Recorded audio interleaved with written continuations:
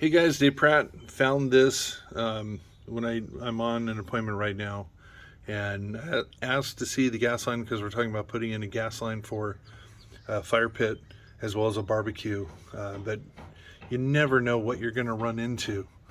So let me take you a little bit closer. Check this out.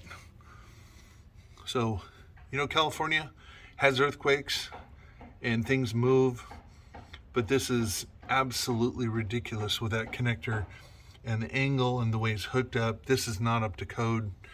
This will be taken out. The proper gas line will be put into place with a shut-off valve for the customer, permitted and taken care of properly.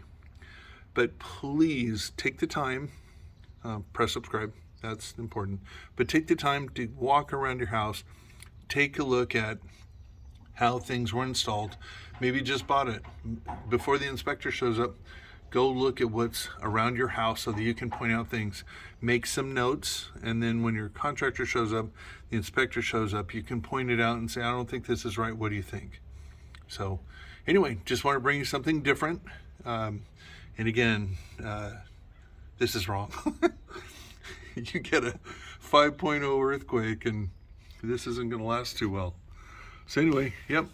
So my number is 714-588-8634. Dave Pratt, I'm out.